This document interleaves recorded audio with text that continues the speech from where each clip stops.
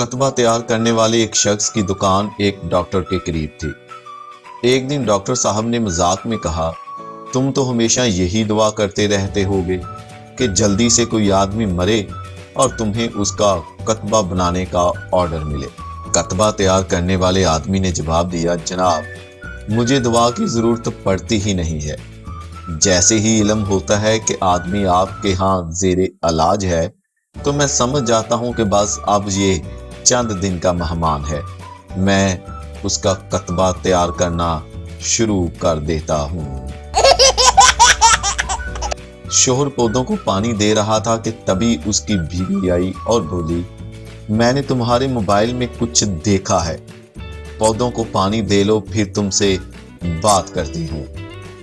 8 घंटे हो गए हैं, अब शोहर पानी का पाइप ही नहीं छोड़ रहा।